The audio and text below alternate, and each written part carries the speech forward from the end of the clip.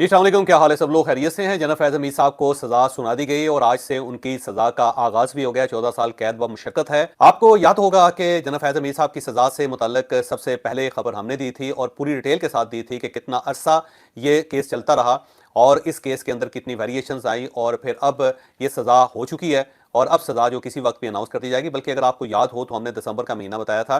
कि मिड दिसंबर तक आपको इसका रिजल्ट निकल आएगा, क्योंकि उसकी वजह यह है कि जब ये फैसला हो जाता है तो उसके बाद फिर 1 महीने का प्रोसेस होता है। 1 महीने बाद उस सजा को अनाउंस कर दिया जाता है। दरमियान में एक खबर यह भी आई थी कि क्योंकि फील्ड मार्शल जो है उनके लिए एक नया ओहदा तख्लीक किया गया, 27वीं तरमीम भी हुई और अब क्योंकि CDF हैं तो जब तक ये दफ्तर मुकम्मल नहीं होगा तो उस वक्त तक जनरल फैज़ हमीद साहब की जो सजा है उसे अनाउंस नहीं किया जाएगा। और कुछ लोगों का ख्याल ये था कि शायद ये जनवरी तक चला जाए और मेरा अपना जाती ख्याल भी ये था कि 15 दिन जनरल फैज़ हमीद साहब को मजीद मिल जाएंगे, लेकिन ये 15 दिन उनको नहीं नसीब हुए। और मेरा ख्याल है इसका शुक्रिया इमरान खान साहब को अदा करना चाहिए। इमरान खान को जनरल फैज़ हमीद साहब को शुक्रिया अदा करना चाहिए, क्योंकि इमरान खान साहब की जो ट्वीट्स हैं उन्होंने इस केस को मजीद एक्सेलरेट कर दिया था, मजीद इसको तेज कर दिया था। हमने पूरी डिटेल माजी में कई जो हमारे वीलॉग थे उसके अंदर आपको बताई और हमने कुछ 5 कॉलम्स की एक सीरीज भी लिखी थी जिसके अंदर फैज़ हमीद साहब के कारनामे बयान किए गए थे, जो इस वक्त भी हमारी वेबसाइट पे मौजूद है और आप उसे पढ़ के पूरी डिटेल जनरल फैज़ हमीद साहब की जो है वो आप हासिल कर सकते हैं। यहाँ पे मैं एक और जर्नलिस्ट हैं और मेरे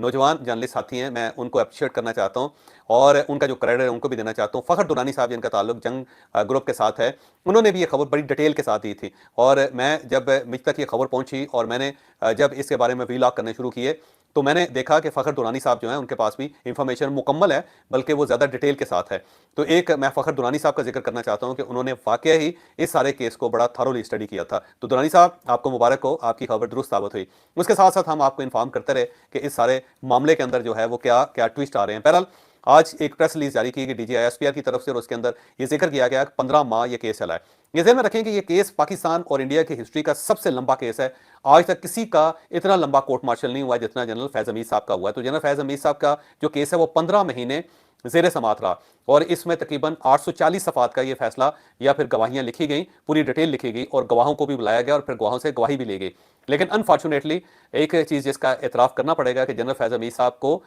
वो तमाम लोग जो उनके बड़े महबूब थे, बड़े करीब थे, उन्होंने गवाही के लिए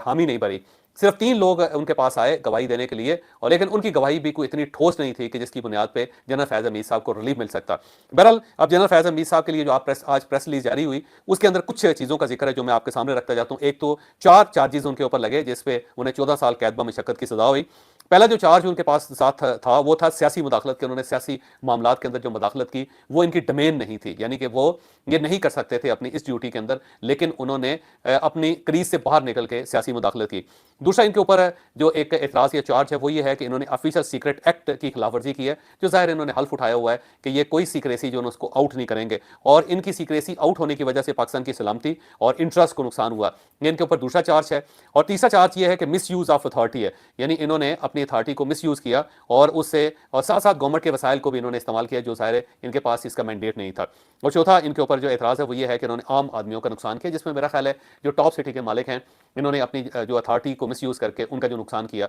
उसके ऊपर भी इनको सजा दी गई। तो बड़ी छोटी सी प्रेस रिलीज है लेकिन बड़ी डिटेल के साथ है।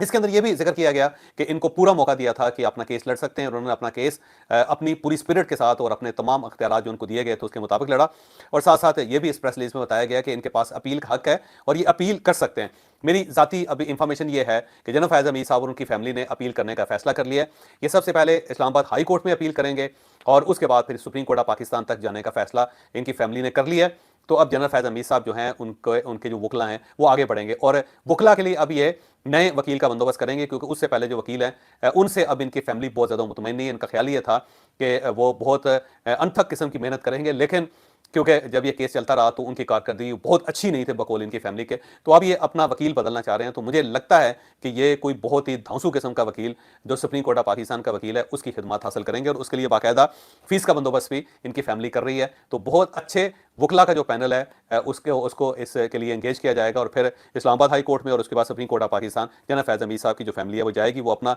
इस हक को इस्तेमाल करेगी। इसके साथ ही क्योंकि इन्हें सजा होगी और आज से इनकी सजा स्टार्ट हो गई है, तो इस सजा के बाद जनरल फैज़ हमीद साहब को जनरल नहीं लिखा जाएगा, इनको आखिरी मरतबा इस प्रेस रिलीज में जनरल लिखा गया, क्योंकि जब आपको सजा हो जाए किसी हाई आला ऑफिसर को तो उसके बाद उसके रैंक्स खत्म हो जाते हैं। तो जनरल फैज़ हमीद साहब के रैंक्स मुझे लगता है कि इसके बाद खत्म हो जाएंगे, सिर्फ ये फैज़ हमीद रह जाएंगे। और इसके साथ साथ जो इनको प्रॉपर्टीज़ दी गई हैं वो अगले फेज़ में, और जो जो मरात ये अफवाज पाकिस्तान से ले रहे थे वो भी अगले फेज़ में इनसे कन्फिस्केट कर ली जाएंगी, वो भी इनके साथ ही खत्म हो जाएगी। इसके साथ साथ ये भी बताया गया इस प्रेस रिलीज में कि जो बाकी मामलात हैं उसके लिए अब आगे अलग किस्म का एक केसेस चलेंगे, और जो बाकी मामलात है उसके अंदर ये है कि इनका जो सियासी एजेंडा था और उस सियासी एजेंडे से जो अदम इस्तेहकाम इन्होंने पाकिस्तान के अंदर पैदा किया है, और जो इनका सियासी गठजोड़ है यानी इमरान खान साहब के साथ, और उसके साथ साथ जो दीगर मुकदमात है, कुछ दीगर मुकदमात भी इस प्रेस रिलीज का जो आखिरी पैराग्राफ है बड़ा इंपॉर्टेंट है। उसके अंदर ये इंकशाफ है कि जो बाकी मुकदमात है, जो बाकी इल्जामात हैं उसके ऊपर भी इनके खिलाफ कार्रवाई होगी। अब मेरा जाती इंफॉर्मेशन और जो नॉलेज है वो ये है कि अब 9 मई के चैप्टर्स खुलेंगे, क्योंकि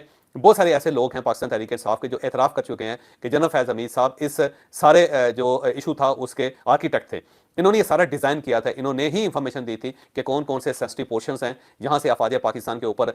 हमला हो सकता है या जहां से अफवाज पाकिस्तान को नुकसान पहुंचाया जा सकता है। तो अब ये जाती सा मेरा एक तजिया है कि क्योंकि ये जो 9 मई को हुआ था, 9 और 10 मई को, उसका जो मकसद था वो एक तो जनरल आसिम मुनीर साहब को हटाना था, और दूसरा मकसद ये था कि फौज के अंदर बगावत फैलानी थी, और इसीलिए ये सारी कार्रवाई की गई थी। और कुछ लोगों का ख्याल था उस जमाने में कि जनरल फैज़ हमीद साहब के साथ अंदर से भी कुछ लोग मिले हुए हैं और ये पाकिस्तान के अंदर पहली फौजी बगावत होगी। लेकिन अल्लाह ताला का खास करम हुआ, पाकिस्तान बच गया, पाकिस्तान की अफवाज बच गई और वो सारी साजिश नाकाम हो गई। तो अब क्योंकि पाकिस्तान तहरीक इंसाफ के लोग इसका एतराफ़ कर चुके हैं और एतराफ़ी बयानात उनके मौजूद हैं, तो मुझे लगता है कि अब 9 मई का चैप्टर खुलने वाला है। और जो ये चैप्टर खुलेगा तो इमरान खान साहब जो हैं उनका भी एक नया केस बन जाएगा, और वो केस बगावत का केस होगा, पाकिस्तान को नुकसान पहुंचाने का केस होगा। और वो जो केस होगा वो डेफिनेटली आने वाले दिनों में इमरान खान साहब और पाकिस्तान तहरीक इंसाफ के लिए मसाइल का एक नया दरवाज़ा खोलेगा। तो जनरल फैज़ हमीद साहब के ऊपर नए मुकदमात बनने वाले हैं, और मुझे लगता है कि शायद ये जनवरी या फरवरी तक ये सिलसिला भी शुरू हो जाए, और इस दौरान इमरान खान साहब और बुशरा बीबी जो हैं उनके खिलाफ भी ये केसेस बनेंगे, क्योंकि इस सारे मामले में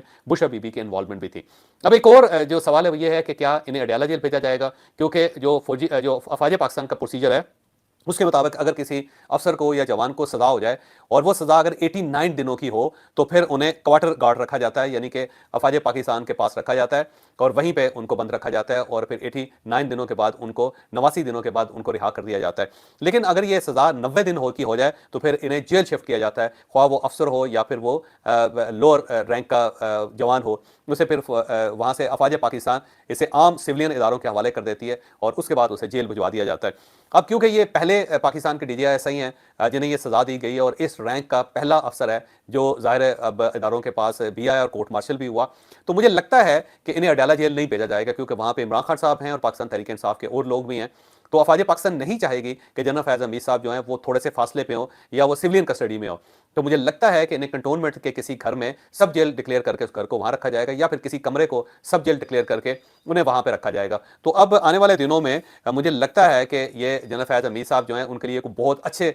दिन साबित नहीं होंगे, क्योंकि ज़ाहिर है ये एक मुश्किल दौर है। उससे पहले जनरल फैज़ हमीद साहब ने बड़ा अरूज देखा है, इतने अरूज देखने के बाद अगर उनके लिए ये मसाइल के दरवाजे खुले हैं तो ये बहुत डिफिकल्ट हो जाएगा इनके लिए। और फिर ये मामला सिर्फ यहाँ तक नहीं है, बल्कि इनके जो कुछ साथी हैं जिन्होंने माफ़ी तलाफ़ी भी कर ली है, शायद उनके केसेस भी अगले आने वाले दिनों में खुलना शुरू हो जाए। यहाँ पे एक और जो सवाल है वो ये है कि जो नए केसेस बनेंगे वो किस टाइप के होंगे। तो मुझे लगता है कि जो GHQ के ऊपर हमला हुआ था वो केस जो है वो इमरान खान साहब के गले पड़ने वाला है और जनरल फैज़ हमीद साहब के गले भी वो पड़ने वाला है। और साथ ही पाकिस्तान तहरीक इंसाफ की जो खामोशी है वो बड़ी हैरानकुन है, क्योंकि पाकिस्तान तहरीक इंसाफ के लिए जनरल फैज़ हमीद साहब ने अपना कैरियर दाव पे लगा दिया और इस वक्त वो 14 साल कैद व मशक्कत बर्दाश्त कर रहे हैं। लेकिन अब पाकिस्तान तहरीक इंसाफ जो है वो अभी तक सिर्फ वुज़ू ही करती फिर रही है या जूते तलाश करती फिर रही है।